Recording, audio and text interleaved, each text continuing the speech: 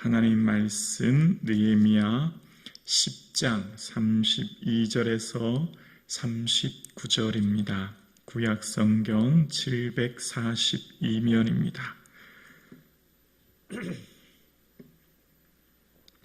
오늘 나에게 주신 하나님의 말씀입니다. 우리 함께 고백드리겠습니다. 우리가 또 스스로 규례를 정하기를 해마다 각기 세겔의 3분의 1을 수납하여 하나님의 전을 위하여 쓰게 하되 곧 진설병과 항상 드리는 소제와 항상 드리는 번제와 안식일과 초하루와 정한 절기에 쓸 것과 성물과 이스라엘을 위하는 속죄제와 우리 하나님의 전의 모든 일을 위하여 쓰게 하였고 또 우리 제사장들과 레위 사람들과 백성들이 제비 뽑아 각기 종족대로 해마다 정한 시기에 나무를 우리 하나님의 전에 바쳐 율법에 기록한 대로 우리 하나님의 여호와의 제단에 사르게 하였고 해마다 우리 토지 소산의 만물과 각종 과목의 첫 열매를 여호와의 전에 드리기로 하였고 또 우리의 맏아들들과 가축의 처음 난 것과 소와 양의 처음 난 것을 율법에 기록된 대로 우리 하나님의 전으로 가져다가 우리 하나님의 전에서 섬기는 제사장들에게 주고 또 처음 익은 밀의 가루와 거제물과 각종 과목의 열매와 새 포도주와 기름을 제사장들에게로 가져다가 우리 하나님의 전에 여러 방에 두고 또 우리 산물의 11조를 레위 사람에게 주리라 하였나니 이 레위 사람들은 우리의 모든 성읍에서 산물의 11조를 받은 자임이며 레위 사람들이 11조를 받을 때에는 아론 자손 제사장 한 사람이 함께 있을 것이요 레위 사람들은 그 11조의 10분의 1을 가져다가 우리 하나님의 전 곳간 여러 방에 두되 곧 이스라엘 자손과 레위 자손이 거제로 드린 곡식과 새 포도주와 기름을 가져다가 송수의 그릇을 두고 골방 곧 섬기는 제사장들과 문지기들과 노래하는 자들이 있는 골방에 둘 것이라. 그리하여 우리가 우리 하나님의 전을 버려두지 아니하리라. 아멘. 할렐루야. 아멘. 오늘 이 예배 자리로 불러주신 하나님께 감사드립니다. 사랑하면 모든 게 다 작게 보입니다. 사랑 앞에 모든 것은 극히 작아 보이는 겁니다. 예를 들면 여러분 10만 원이 있다고 해볼게요. 10만 원 우리 자녀들에게 준다 하면 우리 손주들한테 준다고 하면 너무 작은 돈이죠. 그런데 10만 원을 교회에 예물로 드린다. 그러면 또 입장이 좀 달라지죠. 사랑하면 재물이 작게 보이고 시간이 짧게 보이고 모든 것이 작게 보입니다. 사랑은 다 작게 보이게 합니다. 우리가 하나님을 사랑하면 모든 세상의 것들이 새로 보이죠. 하나님의 성전이 귀히 보이게 되고 하나님 내게 주신 생명, 재산 모든 것이 소중하게 보이고 하나님 앞에 내 삶, 내 모든 재물, 내 모든 것이 극히 작게 보입니다. 하나님이 크게 보이게 되죠. 느헤미야 시대의 많은 유대인들이 에스라 학사 앞에 수문학 강장에서 새벽부터 정오까지 말씀을 읽음으로 알게 되었습니다. 하나님이 우리를 얼마나 사랑하시는지 변함없는 그 사랑에 깨닫게 되고 금식하고 자복하고 그래서 하나님 앞에 회개하게 되고 그래서 그들의 삶 가운데 하나님의 은혜를 깨닫고 난 후에 이제 그들의 삶이 새롭게 변화되기 시작합니다. 이것은 바로 성령의 임재의 특징입니다. 성령님이 임재하시면 회개하여 자복하게 하고 그들의 삶을 변화시키지요. 그런데 성령님의 임재의 변화의 특징 한 가지가 있어요. 그 특징 한 가지는 바로 이 삶의 변화의 중심, 그러니까 삶이 변화되는데 그 핵심적인 것이 바로 재물관에 대한 변화예요. 쉽게 말하면 돈에 대한 관점이 바뀌는 거예요. 여러분 아시죠? 초대교회 성령의 임재로 그들의 삶이 떡을 떼며 교제할 때 필요에 따라서 나누는데 그들의 모든 것을 팔아 사도들을 발 앞에 둡니다. 그러면 그 사도들은 필요에 따라 그것을 나누었지요. 재물에 대한 변화가 일어납니다. 오늘 본문도 마찬가지입니다. 이제 하나님의 은혜를 받고 그들이 죄를 자복하고 은혜를 받았더니 그들의 삶의 변화가 일어나는데 그 핵심은 바로 재물에 대한 관이 바뀌게 되고, 그래서 하나님께 드려질 모든 소산의 첫 예물 11조 드려야 될 것을 드리게 되어 우리 하나님의 전을 버려두지 않는, 방치하지 않은 삶으로 변화된 겁니다. 그러니까 우리가 내 믿음의 크기를 측정하려면 가장 손쉬운 방법 한 가지가 있는 거예요. 내가 정말 내 믿음이 큰지 작은지, 혹은 내 믿음이 정말 뜨거운 열정 가운데 있는지 식었는지를 아는 가장 간단한 방법 한 가지는 바로 재물의 사용이에요. 재물을 어디에 얼마만큼 사용하는지를 보면 내 마음, 내 믿음을 금세 알 수 있는 겁니다. 지금 내가 쓰는 재물의 퍼센트를 보면 내 마음의 흐름, 방향을 알 수 있고, 내 믿음이 어디에 얼마만큼 내 마음이 갔는지를 알게 되고, 내 믿음의 크기를 단방에 알 수 있는 것이죠. 오늘 함께 예배드리신 사랑하는 성도님들의 삶에 하나님을 가장 뜨겁게 사랑하고 내 모든 것이 주께로부터 왔음을 고백하는 이 믿음이 있기를 주님의 이름으로 축복합니다. 그 고백이 있어진 이스라엘 백성들에게 이제 오늘 본문 32절에 보면 하나님에 대한 재물에 대한 사용이 바뀌게 되는데요. 32절입니다. 우리가 또 스스로 규례를 정하기를 해마다 각기 세겔의 3분의 1을 수납하여 하나님의 전을 위하여 쓰게 하되, 여기 성전세를 말하는데요. 성전세는 출애굽기 30장에 나옵니다.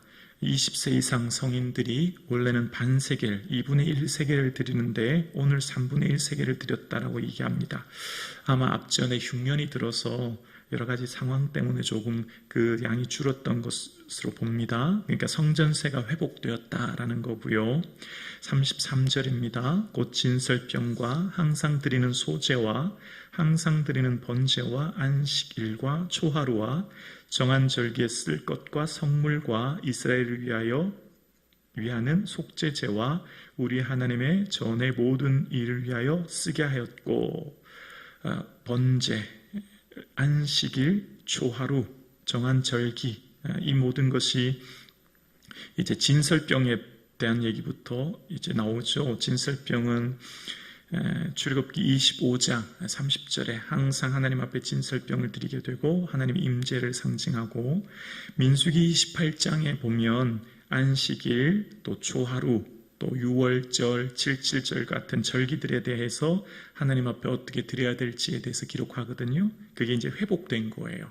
그러니까 절기가 회복되고 안식일이 회복되고 하나님 앞에 예배가 회복되는 것을 이야기하는데, 33절 후반절에 보면 이런 표현이 나오죠. 하나님의 전 앞에 우리 하나님의 전, 우리 하나님이래요. 우리 하나님의 전. 사랑하면 새롭게 보이지요. 우리는 우리 가족을 우리 엄마, 우리 아빠라고 하죠. 사랑하면 우리의 표현과 언어가 바뀌게 되죠.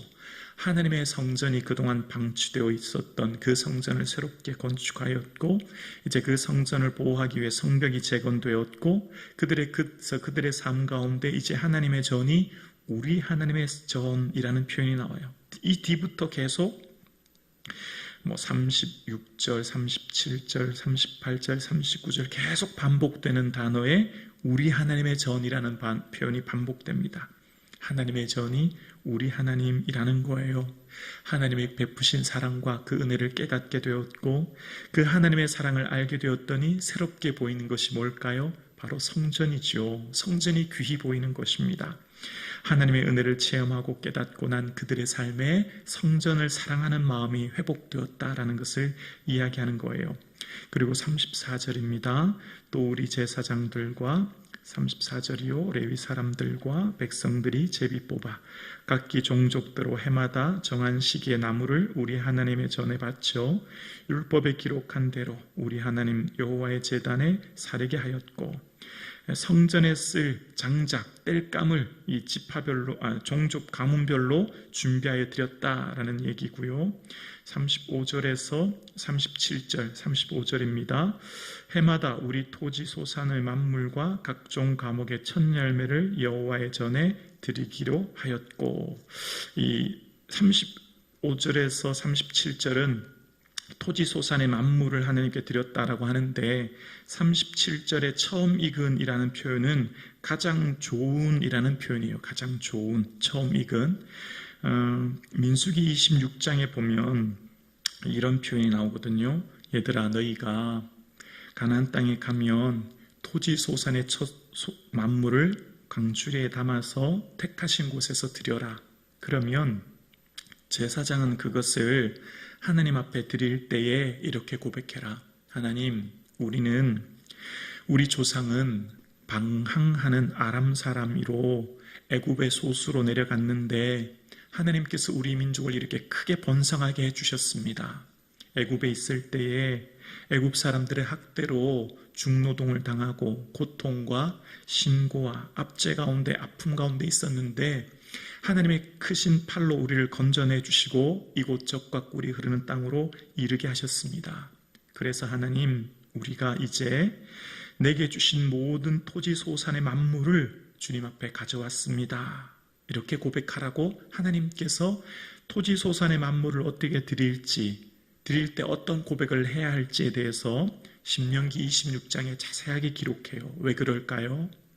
가나안 땅에 도착해서 첫 열매를 드릴 때 이렇게까지 자세하게 하나님 앞에 고백하라는 이유가 뭘까요? 우리의 정체성이 어디서부터 시작되었는지를 깨달아나는 거예요. 너가 지금 드리는 그 토지 소산 만물, 너의 삶, 너가 지금 누리는 모든 것 다 하나님 주셨다는 거죠.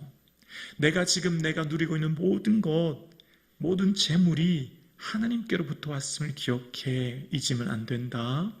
그래서 해마다 토지 소산의 만물을 드릴 때마다 그들은 매번 이 고백을 하는 거예요.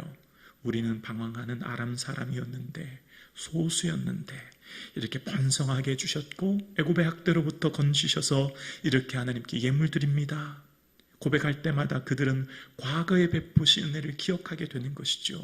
예물은 뭘까요? 예물은 하나님의 은혜를 기억하며 내 생명이, 내 가정이, 내 자녀가, 내 모든 것이 다 주님의 것입니다. 주님 없이는 내가 지금 이곳에 있을 수 없습니다 라고 하는 그 고백을 하게 하는 것입니다. 그래서 오늘 본문에 이 토지 소산의 만물에 대해서 자세하게 드리면서 우리 하나님의 전에 드리게 했고, 그래서 이제 11조를 레위인에게 드리고 그 11조의 11조를 제사장에게 드려 급여를 주게 하라라는 내용이 나옵니다. 38절입니다. 레위 사람들이 11조를 받을 때에는 아론 자손 제사장 한 사람이 함께 있을 것이요, 레위 사람은 그 11조의 10분의 1을 가져다가 우리 하나님의 전 곳간 여러 방에 두되, 이제 성마다 11조를 거둘 때 레위 사람들과 함께 아론 제사장 중에 한 사람이 동행합니다. 왜 그럴까요? 예물의 투명성을 담보하기 위해서입니다. 11조를 성읍마다 거둘 때 레위 제사장, 아론 제사장 한 명이 함께하는 것은 예물을 투명하게 하기 위한 방법이었고, 그렇게 해서 그 예물을 하나님께 드리라는 거예요. 그리고 이제 39절 마지막 절 볼게요. 39절 끝부분만 보겠습니다. 그리하여 우리가 우리 하나님의 전을 버려두지 아니하리라. 버려두다라는 말은 방치하다는 말이거든요. 하나님, 이제 더 이상 우리가 하나님의 성전 방치하지 않을게요. 하나님의 성전 곳간 비게하지 않을게요. 하나님의 성전을 레위 사람과 특히 제사장들이 잘 돌보고 섬겨서 안식일, 절개를 잘 지킬게요. 이 고백하면서 예물을 드렸다는 거예요. 우리의 삶 가운데 예물을 드리는 것은 나의 정체성, 나의 삶이 주께로부터 왔음을 고백하는 것인데요. 근데 이게 참 어려운 일인 것 아세요? 오늘 본문에 이제 이스라엘이 첫 예물 11조, 또 절기를 지키게 되는데 여러분 11조 드리기가 얼마나 어려운지 몰라요. 어떻게 알 수 있냐면 자, 오늘 본문에 지금 이렇게 드리기로 다짐한 사람들이 어제 읽었던 본문에 임봉한 사람들이라고 하는 거 기억나시죠? 어제 단락에 읽었을 때 임봉한 사람들 총독, 레위 사람, 제사장부터 대략 한 88명이 등장하고요. 그 다음에 이제 남아있는 사람들에 대해 문지기, 레위 사람 쭉 기록하거든요. 그러니까 이렇게 임봉한 사람들, 동참한 사람들이 숫자가 뭐 예를 들면 85명의 구체적인 명단과 함께 남아있는 사람들이라고 친다면 뭐 수백 명 정도 이른다라고 추측해 볼 수 있습니다. 그런데 여러분, 바벨론 포로에서 돌아온 사람이 몇 명이죠? 느헤미야 7장 66절에 보면 42,360명이에요. 그러니까 약 42,000명이 돌아왔는데 지금 임봉해서 하나님 앞에 성전에 이렇게 예물을 드리고 절기를 지키기로 다짐한 사람들은 수십 명, 많게는 수백 명밖에 되지 않는다는 겁니다. 몇 명이 돌아왔는데요. 42,000명 넘게 돌아왔는데요.